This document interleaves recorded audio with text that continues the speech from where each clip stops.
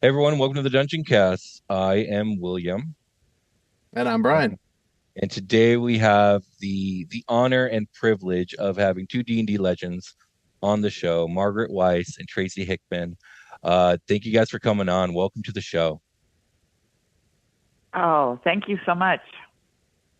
Yeah, it's great to be here. It's nice to be able to talk with everybody. Welcome, adventurers, to the Dungeoncast. So before we get into it, I want to say that our audience is a wide mix of those who grew up and followed the Dragonlance series and have been playing D&D for decades, to those who have only been playing the game for a very, very short amount of time, very recently, and are still discovering the innumerable worlds and stories D&D and fantasy literature have to offer. So for those who do not know, Margaret Weis and Tracy Hickman are legends of the D&D and fantasy lit community. Together, they are likely most well known for the creation of the Dragonlance setting of D&D and the accompanying novels. For many, those novels were the foundation of their introduction to the game and to fantasy in general. I am one of those individuals. Along with Lord of the Rings, my childhood was filled with the reading of Dragonlance adventures.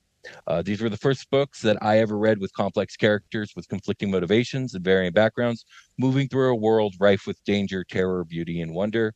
They were the first books to ever make me laugh out loud, and the first books to ever make me cry.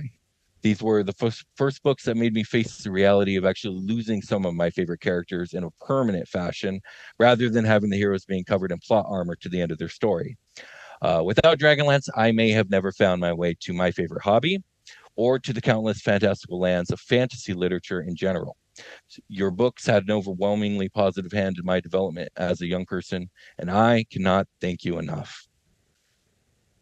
Oh, that's Oh, so thank you. nice. And I mean it. So thank you guys for coming on. I can't appreciate it enough. And without further ado, let's get into it. So you guys have recently finished the final book of the Dragonlance Destinies trilogy, Dragons of Eternity. This is the capstone novel to an adventure that has been a return to the world of Kryn after a long time away. We're going to talk about this novel and its trilogy and the trilogy in more detail. But before we get to that, I think it would be a good idea for the newer fans if we could go back to the beginning a bit and go over how Dragonlance has come so far. So my first question is, what was the impetus for the creation of the Dragonlance setting? How did the world of Kryn come about? Absolute fear. Okay, Yeah. fair enough. It was actually, I think it was probably equal parts of fear and desperation. Um, Okay. it actually came about, it was actually born out of a very difficult time in both of our lives. Um, my wife and Laura and I had been um, out of work for about 6 months Mhm. and couldn't find employment. Um, couldn't We couldn't go to church, take our children to church because they didn't have shoes at the time. So, but we had heard that TSR would buy adventures uh, back in the day for like $500, which sounded like a tremendous amount of money to us at the time. And so, in an effort to buy shoes for the kids, we sent in these modules that we had written, Rahasia and Pharaoh, as well as the concepts for other stuff that we wanted to make.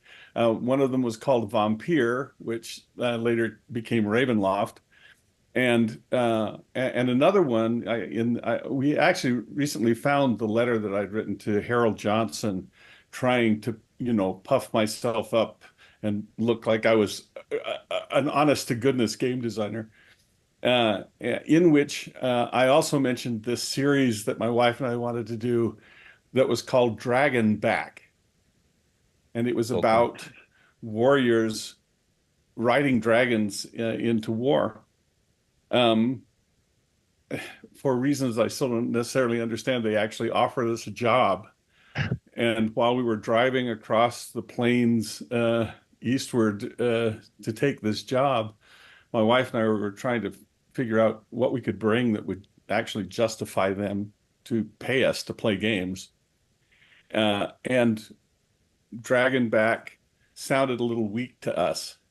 So somewhere crossing Nebraska or Kansas, I think it was, we changed Dragonback became Dragonlance, and that's pretty much where it was born. Wow. I have to say Dragonlance is a stronger name. It's a stronger name, but It is. but It's the a stronger premise name. You remains can the see same. here I'm wearing the Heck colors yeah. here, the jersey. There we go. Well, when and where does Margaret come in when it comes to Dragonlance?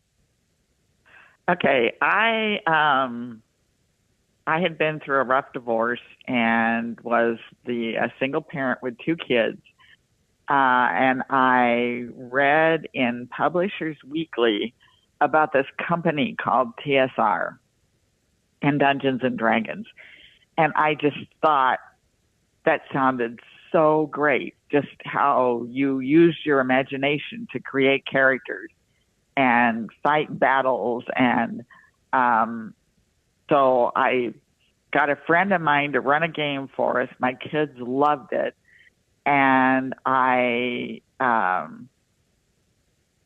next thing I read in Publishers Weekly was that they were looking for a games editor, TSR. And I thought, oh, wow, this is great. So I sent in my application and they told me I had to take a test. And they sent me this test and it was based on the game. Well, I knew nothing about the game, absolutely nothing. And I've flunked the test magnificently. But in the process, the book editor, Jean Black, found my application. She was looking for a book editor, and she mentioned it to my agent, Ray Pietner, who lived in Milwaukee, and the two knew each other. And Ray said, well, yeah, Margaret would be great for the job. And so Jean called me and asked me to come for an interview. So I traveled to Lake Geneva. Jean took me out to lunch and hired me that day. And so I went back, packed up 2 kids and 2 cats, and we drove to Lake Geneva. I had no money. Everything I had, I spent on getting up there. My agent, Ray, God bless him, bought me a dress so that I could go to work my first day at TSR, not realizing when I got to TSR that everybody else was in blue jeans and, I looked super dressed up. But anyway, and so I was put in charge of this new project that the game department was going to do called Dragonlance. And they wanted novels to go with it, which would be the first time anybody had ever written novels for a game. And my job as an editor was to find the author for these novels. And so Jean talked to like big New York agencies, and said, look, we're looking for this author to write these novels. And what was it Tracy said, that we were going to not offer them any money and they didn't get to keep the rights. So, of course, they laughed at us hysterically. And eventually we found a few authors that were willing to do this, and they submitted samples. And they eventually hired one. And he started writing, and he was absolutely horrible. I can't remember his name. I blotted it out of my mind. But he didn't like Raceland. The only character he really knew was Flint, and it was just not good. That doesn't sound good. Tracy and I decided we should be the ones to write the novels. And we took one weekend and wrote the prologue and the first 5 chapters to Dragons of Autumn Twilight. Wow. And we handed it to Jean on Monday. And Jean told me later that the only reason she read it was because she didn't want to hurt our feelings. So she had an office because she was an editor. We had cubes. Jean took what we'd written into her office and shut the door, and we sat in my cube and were just nervous wrecks. And after about an hour, Jean came in and she looked at us and she said, "Wow." So we got hired. We had to meet the same deadline, which the previous author had, and which meant that we had 3 months to write the book. And we had to keep our day jobs. So that meant we worked at night and on weekends. And we'd met the deadline, and I don't know how, but the rest is history. Yeah, absolutely. And this is, by the way, the 40th anniversary of the publication of Dragons of Autumn Twilight. I did not realize that. Oh my goodness. Congratulations, you guys, yet again. That's so cool. Thanks. I have so many questions. I'm booting some of these questions down the road. So that's how the book started. I want to know on Dragons of Autumn Twilight, what were some of the inspirations for the particular characters? Because we have like so many iconic characters come from this particular novel, this particular trilogy. Where do they come from? Well, originally they were intended to be a balanced party, and very much in game terms, right. But as we got into it, that was just too superficial. It just wasn't. They weren't real characters. They were game pieces instead of real characters. And so it was actually one of the great joys for us early on to discover characters with depth, and to explore characters with depth. Well, you guys succeeded, that's for sure. So what would you say sets the Dragonlance setting apart from other settings? What is it that makes Dragonlance Dragonlance? Tracy was the one who did that. Tracy said when he came in that he did not want like a Dragon of the Month club, where you go out, find the dragon, kill the dragon, take the treasure. Next month, your party finds the dragon, kills the dragon, takes the treasure. He wanted a story arc that had a much more lofty and noble goal for the characters, instead of just going out and killing dragons and stealing treasure.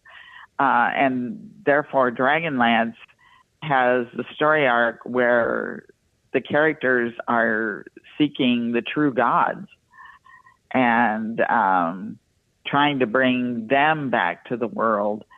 And I think that's what made Dragonlance unique at that time in fantasy role-playing. Yeah, it was. That's very true. And one of the things that Laura and I, my wife Laura and I, when we first came into D&D, in fact, it was my wife Laura who introduced me to D&D. That's cool. One of the things that we very quickly wanted to do was integrate story into gameplay. We very quickly got tired of kind of these ranch style dungeons that were all on like one level and didn't have any real reason to be there, right? Or any great motivation to go anywhere. And so we created a thing called Night Ventures when we were newlyweds, in an effort to actually make money while paying for the D&D books. Yeah. And Night Ventures was about integrating story. So we brought that concept with us when we came to Wisconsin. TSR had, as was the norm in those days, hired a consulting firm to come in and analyze their business. And after spending a great deal of money, the conclusion that was read to us was, 1, Dungeons and Dragons is the core of your business. 2, you have lots of dungeons. 3, more dragons. So we wanted to do something with more dragons. Fine. We had this concept, this Dragonlance concept that we brought in because we wanted to do this great arcing story. We wanted to portray a truly epic journey over the breadth of a number of different different adventures, and both the books and the adventure book and the adventure modules were based on some very core principles that are maintained still today in everything that Margaret and I do in Dragonlance.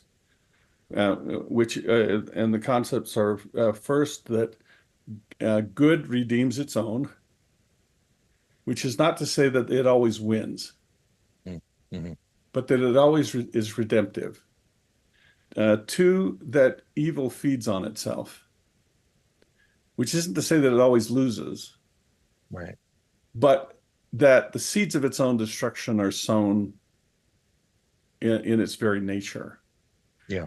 That chaos brings motion to everything, and that within these poles, then the story moves, and the characters move within this, and this kind of tripod with motion in between the poles is actually a concept that is maintained through various levels of Dragonlance. We can see it in Lorana, who represents the good. We can see it in Kitiara, who represents the bad. Yeah. We can see it in the demands of the world. And in the middle of all of this, we see Tanis, who moves between all of these poles and gives motion to the story. The Knights of Solamnia, the dragon armies, the world at large. Again, all of these represent different poles and posts. So it's this structural foundation that's at the heart of Dragonlance, I think, that also sets it apart to a certain extent. Yeah, I can see those three poles moving through every book that I can think of that I read, not just from you guys, but in the Dragonlance setting from any of the authors. So yeah, that rings true from a reader standpoint, definitely. So you two have famously written many books together, and not just Dragonlance. I've actually recently been reading the Deathgate cycle and enjoying it immensely. I'm just starting Elven Star, so I'm pretty at the beginning of it still, but very much enjoying it. But what is the process like when it comes to co-authoring novels, and how does it differ from writing a novel alone? I do all the adjectives. Okay. That's great. And adverbs. I'm terrible at it, actually. And Margaret takes them out. Looming darkly. Oh, that was looming heavily. Looming heavily was Looming the phrase. heavily. Oh, That was gotcha. it. Yes. That was Okay. it. Yeah, I heard. I could hear an editor scream when he was in the middle of editing Ravenloft, and everything was either heavy or looming, and then he hit looming heavily, and oh, that was the end of that. That's Well, since we live in different states, we get together either by phone or by email and plot out the synopsis of the first book in detail. This runs to maybe 30, 40 pages. And then we do the second book and the third book enough so that we know where we're going with the novel. And then back in the old days, Tracy used to design the game that would go with it, and I would do the writing of the novel. And so that's just kind of how we kept working down through the years. Even then, when there wasn't a game, like with Deathgate, Tracy designed the magic system, which is really one of the coolest magic systems ever, I think. Yeah. And so that's pretty much how we've continued working. awesome. Well, as the resident Dragonlance guy on this show, I am very much often asked by audience members where that they should start when it comes to getting into the Dragonlance novels. And my answer is pretty much the same every time. I often point them towards either the Chronicles trilogy, starting with Dragons of Autumn Twilight, or sometimes I'll point them to Richard Knack's The Legend of Huma. But since I have the creators of Dragonlance on the show, I thought, why not ask the source? Where do you recommend new readers begin their venture into the world of Krynn? Oh, Dragons of Autumn Twilight. For sure. Agreed. It's the touchstone. It's where it all started. Hmm. And to a certain extent too, there's an innocence to Chronicles that as the series has progressed and as our exploration of the world has grown, the while there's still a certain level of that innocence and hope that we like to maintain in our work, it does get serious and it does deal with serious subjects. It does. But when we started with Chronicles, when we started with Autumn Twilight, it was written in a rush. It was written to the game at the time. It has a lot of problems because most people, a lot of people do games now and they'll have books that go with games, and the idea of the synergy of all of that, is pretty well much a standard sort of approach these days. But back then, nobody had done this before. Nobody had tried to create a game that had an epic arc over multiple incarnations. Nobody had wanted to put a novel to a game. And so as we were writing, the game had already been established, so we were trying to write to the game. And I mean, there's just too many characters altogether. Yeah, it looks like a tour group going somewhere. Yeah, It's a big party. It's a big party, and it's like, well, let's all go over to Zaxxarath. Okay, get on the bus, let's go, and follow the guy with the flag. Once we had completed Chronicles, though, we had already surpassed up where all the game design had taken place. Right. And one of the many good things that we learned is that it is much better to write game to story than story to game. And so when we get into Winter Night, well, almost the first thing that happens is we split the party all up, and one group goes east and one group goes west, and we have these two divergent plot lines that take place. And all of a sudden the book starts working a lot better, and the story starts working a lot better, because we're not trying to drag everybody along. Well, okay, Margaret, except for Astinis. I mean, Elistan. Oh, it was Elistan. It wasn't Astinis. It was Elistan. That's right. That was a priest character, right? It's been a long time. Elistan. Yes. Yeah. I did not like him. I did not like him. He was hopelessly good. Good. And I wanted to kill him in the Elven camp, but Tracy wouldn't let me. Well, I'm reading the book. I'm reading the first part of Winter Night. I'm going along here, and all sorts of stuff are happening on this ship as it's traveling up into Erga.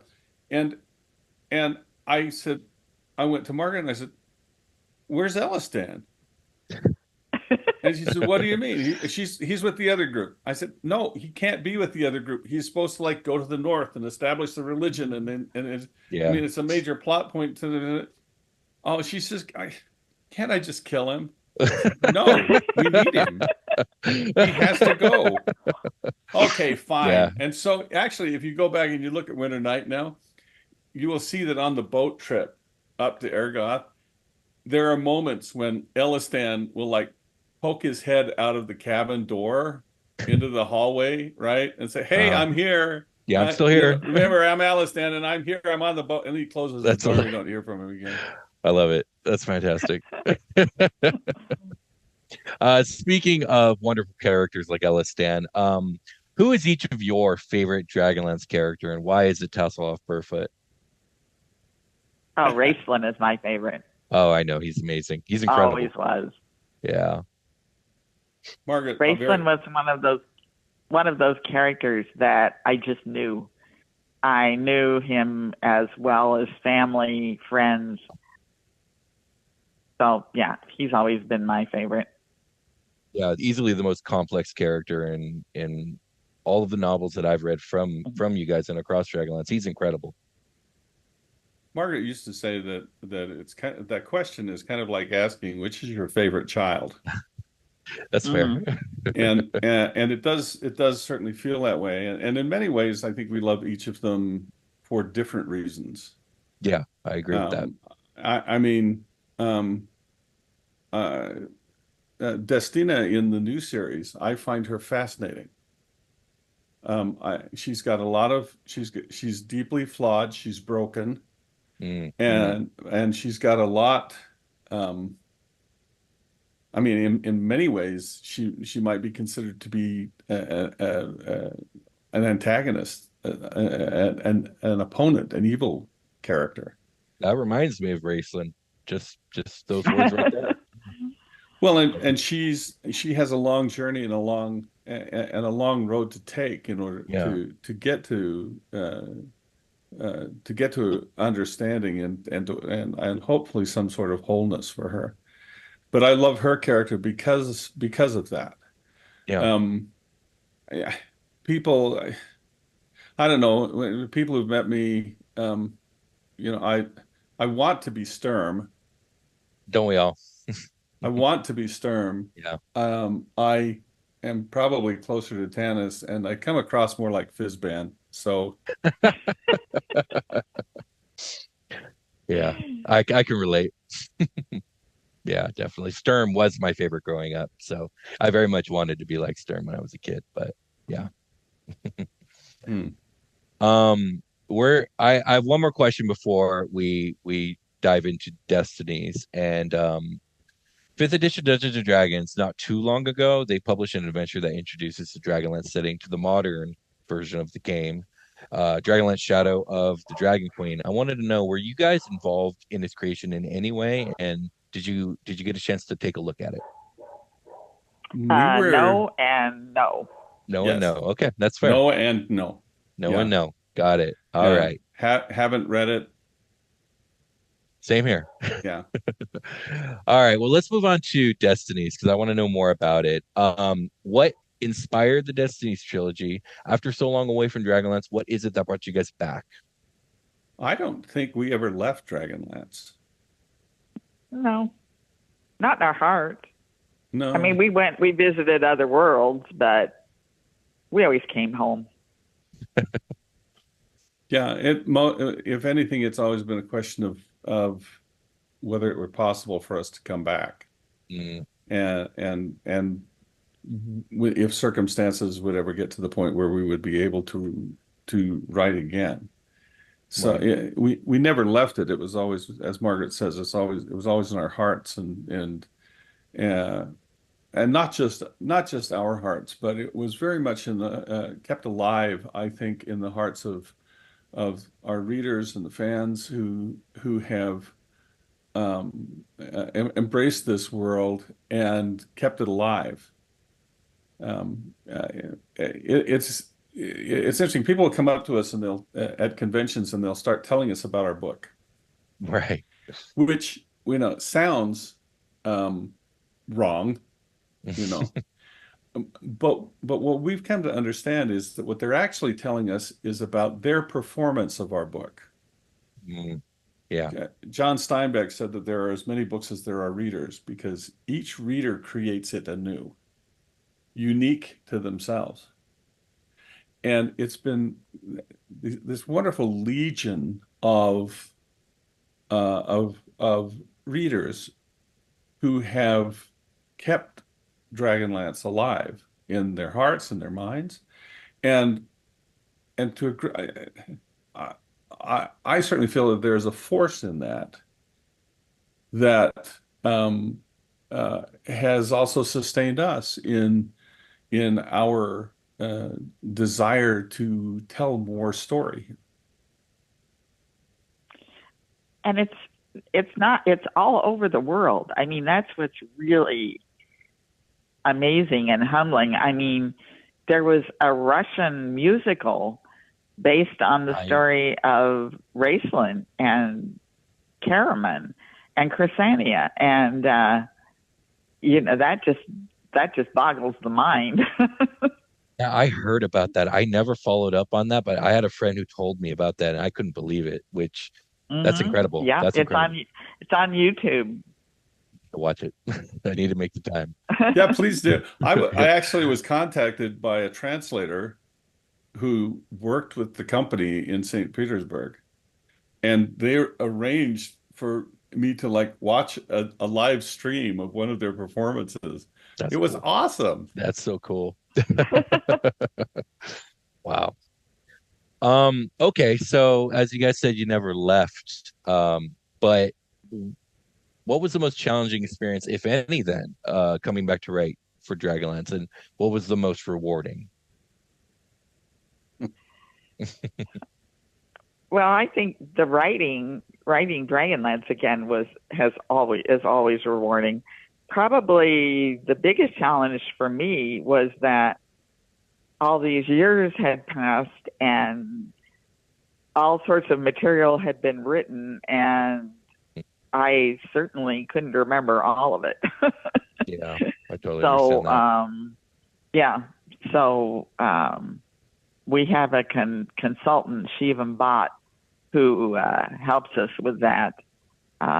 Whenever we need information on anything that's been written, he probably knows more about Dragonlance than we do at this point. Totally. No, I completely understand that. Yeah, I'm writing a book right now based off one of our shows, and there's just so much content that I can't remember every detail. And luckily there are Hmm. people around me who remember some things better than me that I could be like, "Hey, what happened in this scene?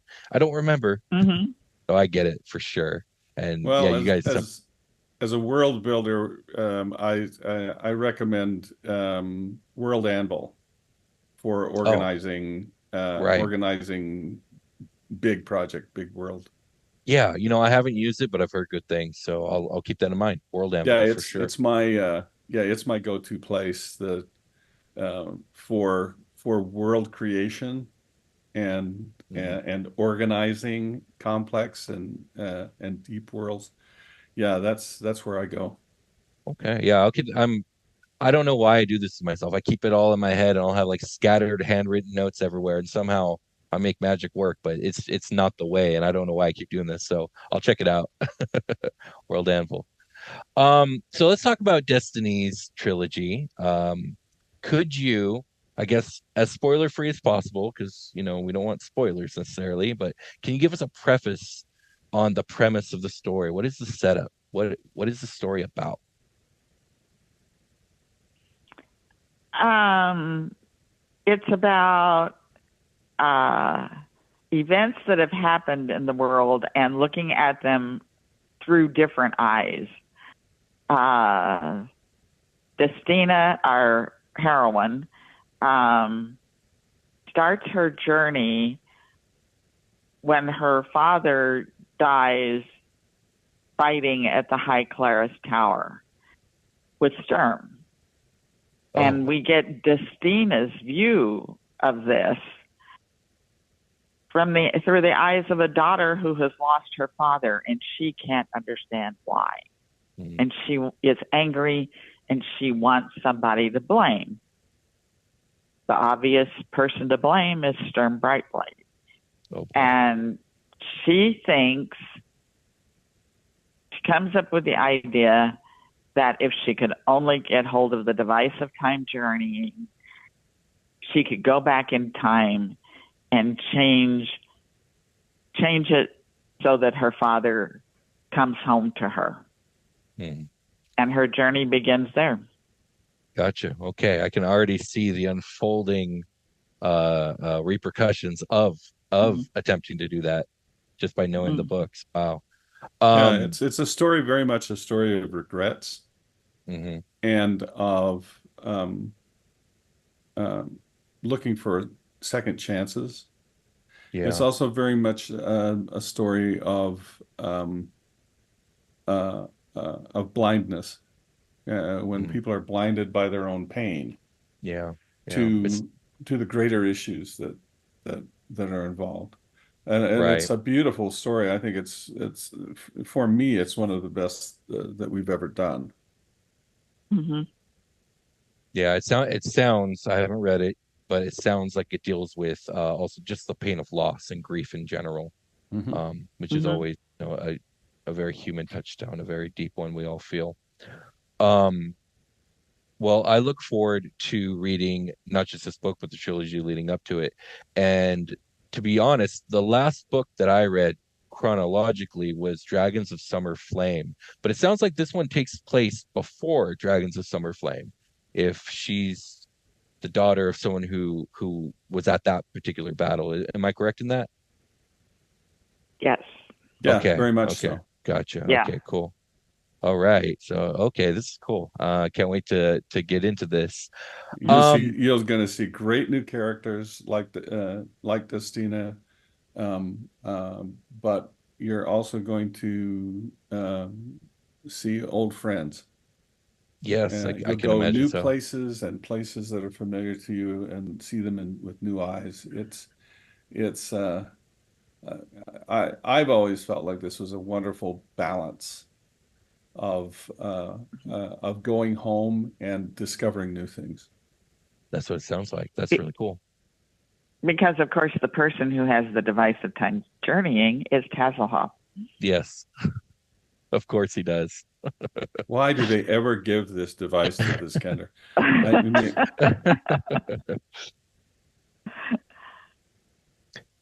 So this is the final book of the trilogy, if I'm not mistaken. So I can't help but ask the question, what's next for the both of you guys? Actually, we're going to be talking about that at Gen Con this year. Okay, cool. So no sneak peek here. People will have to wait for Gen Con. They'll have to wait Saturday at 2:00, the Dragonlance panel. All right, everyone, keep posted on that news. Here's a question. This is more personal, and I'm sure the audience will want to know. Do either of you still play Dungeons and Dragons? If so, what edition and what characters do you play? I don't play D&D, but I play Firefly, which is the role-playing game that my company designed to go with the awesome TV show. And I play that once a year at GaryCon. That's cool. I've never played, but I've enjoyed the show. It's an amazing show. Mhm. I was very happy to be able to write an adventure for that role-playing game, as a Yes, matter of you fact. did. And I loved that. That was so much fun. It was a lot of fun because my grandparents had come from an old West mining town, Mm, and I grew up hearing all the stories of the town and the characters that were in the town and the events that were in the town. And I was able to actually put them all into this adventure module. that's So cool. it That's was so cool. that was a great tickle. I do occasionally play D&D. I'm a big fan of fifth edition, Okay, cool. because it reminds me of the old days. Mm, yeah, And yeah, especially after 4E. yeah, especially after 4E. No, there was first edition, there was second edition, then there was fifth edition. Whatever happened in between, I don't. Okay. I can understand the sentiment, although I have loves for all the systems, but I get it. I still have, by the way, my first edition books Oh wow, that nice. that my wife and I bought with my student loan money. Oh wow. Yeah, it was actually the best use that money was put to, by the way. Yeah, Yeah, absolutely. but I do That's still so cool. those and the original dice, which of course it came in the old blue basic box, and it came with a crayon because you had to like fill in the numbers so that you could read them. Yeah. Those I've Wow. still got those. My D20 from that set is so rounded that it just rolls forever. It's That's cool. That's a collector's item right there. I think I had a buddy trying to buy original white box collector's edition from I'm not sure what year exactly, but it was running up hundreds and hundreds of dollars last I checked. Oh, So yeah. they're valuable. I'm getting into 3D printing. I love 3D printing. Oh yeah, yeah. Yeah, I've always wanted to, but I never have yet. I just finished Ooh, this piece, so that's awesome. I'll have something to do with Halloween. There you go. All right, guys. Well, I have taken up enough of your time. So my last question is, where's the best place for our audience to find your books? Wherever fine quality books are sold. So all the Actually, the very best place to find our book is going to be at Margaret's booth at Gen Con. At Gen Con. there we Yes. go. There Both we of us go. are going to be there, and we are going to be signing way too many books. And everybody's going to get their book signed that comes there. Excellent. So you guys heard it I here. just got a notice that our books have been delivered to Gen Con, so they are there waiting for us. Nice. All right, Yep. everyone, And it'll get be to the Gen Con. First place you can buy it anywhere in the world will be at Gen Con. Yeah, There you it doesn't go. go on sale generally until the week after, I believe. Uh-huh. What day does it go on sale? Do we know for sure? I think it's August 5th or something like that, but I'm not certain, so don't quote me on that. Okay, sometime around August 5th or 6th. Otherwise, Yeah. get to Margaret's booth at Gen Con, get a signed copy. Yes. All righty. Well, thank you guys both so much for coming on. It was a pleasure to have you on. You guys are welcome on the show anytime. Whatever book you guys are writing, let us know. We will promote it. Come on the show. Oh, thank you so much. We appreciate it. It's been a lot of fun today, and thanks to you for having us here today, and to everybody out there who's kept Dragonlance alive throughout the years. Absolutely. All right. Well, with that, I think we're going to call it a game. And so we will talk to you guys later.